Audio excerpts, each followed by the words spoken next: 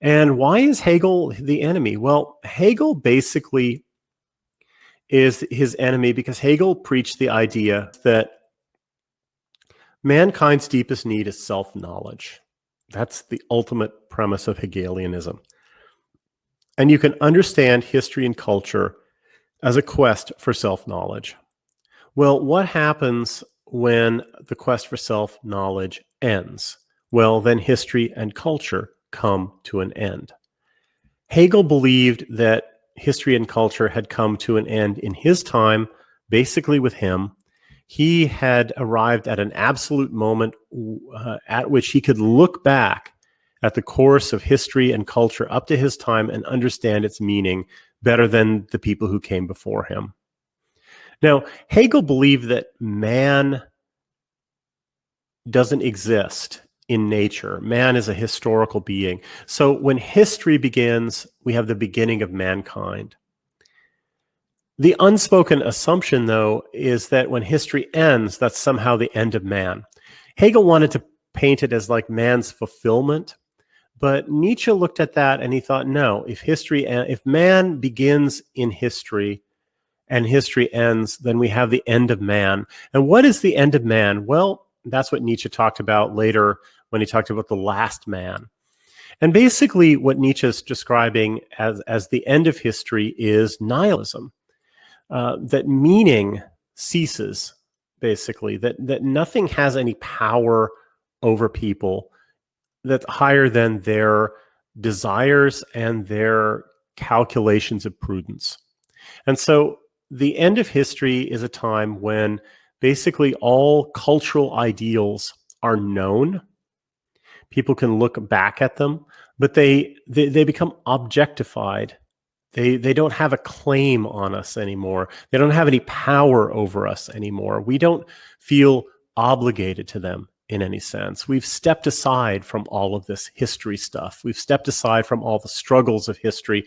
And our relationship to history and culture is now that of a theorist. We're looking back at it and we're understanding it as objects.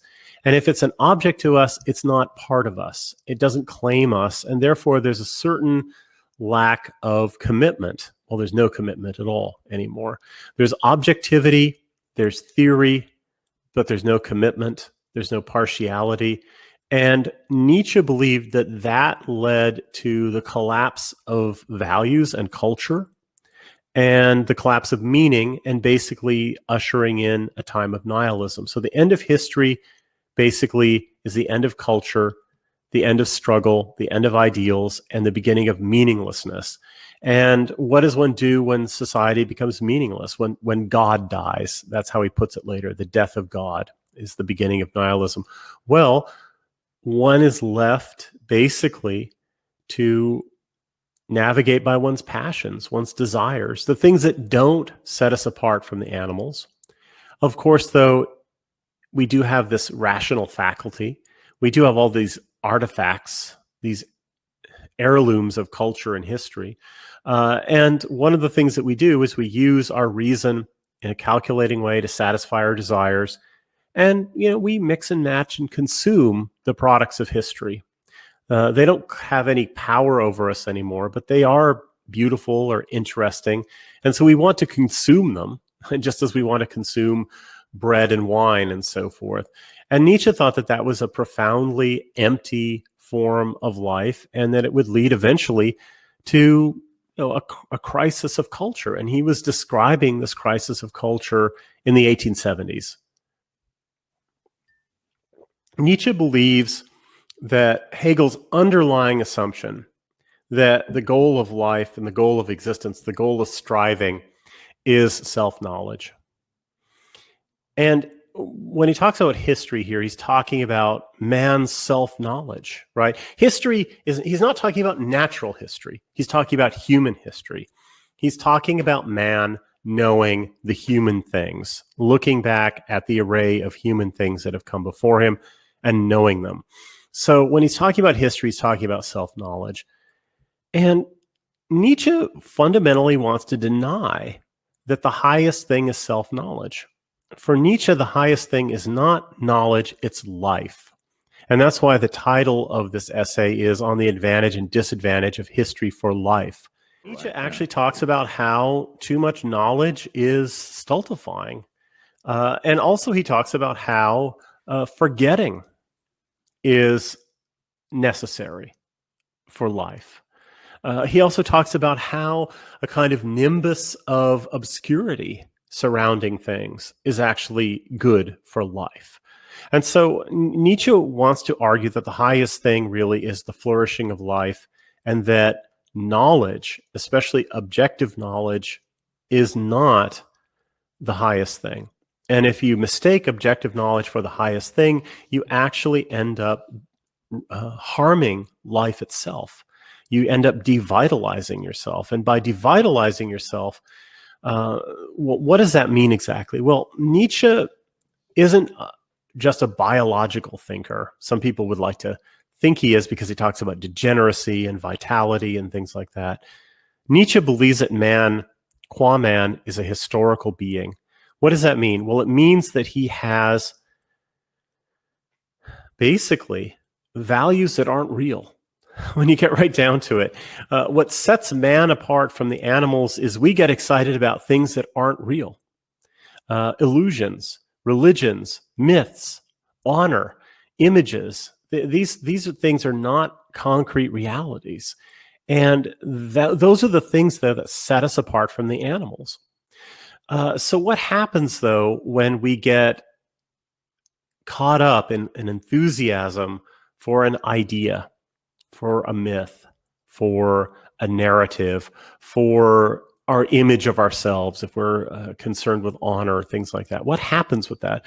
Well, there's a tension that's created in us between who we are now and what we think ought to be. There's always an element of ideality in these fictions. And I'm just going to be very broad and call all of culture is fictions for Nietzsche. All the fictions of culture have a kind of ideal quality as opposed to what's real. And by upholding ideals, that creates a tension between you and what's real. It creates a tension between you and your life and what you think your life should be like. And for Nietzsche, that tension creates vitality. That tension makes us feel alive. And he talks about two instruments. He talks about the lyre and the bow. And the lyre and the bow are both stringed instruments in a way. One is an instrument of music, the other is an instrument of death, right? But they're stringed instruments, and they are specifically capable of doing their work because of a tension that is created in them. So when you create a lyre, you create a tense string that can create a musical sound. When you have a bow, you have a tense string that when you stretch it and release it will send an arrow flying. And Nietzsche thinks that life is like these stringed instruments of music or death.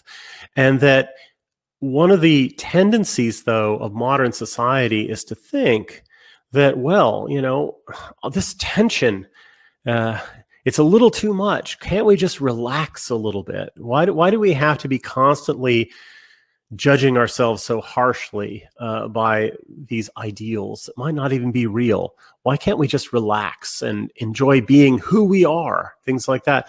Well, as soon as we do that, we unstring the bow, we unstring the lyre, and we basically release the vitalizing tension that ideas have, that cultural images have, that ideals have. And once we do that, then we find that the meaning and the vitality has been bled out of life. So there's an underlying necessity here that makes that happen.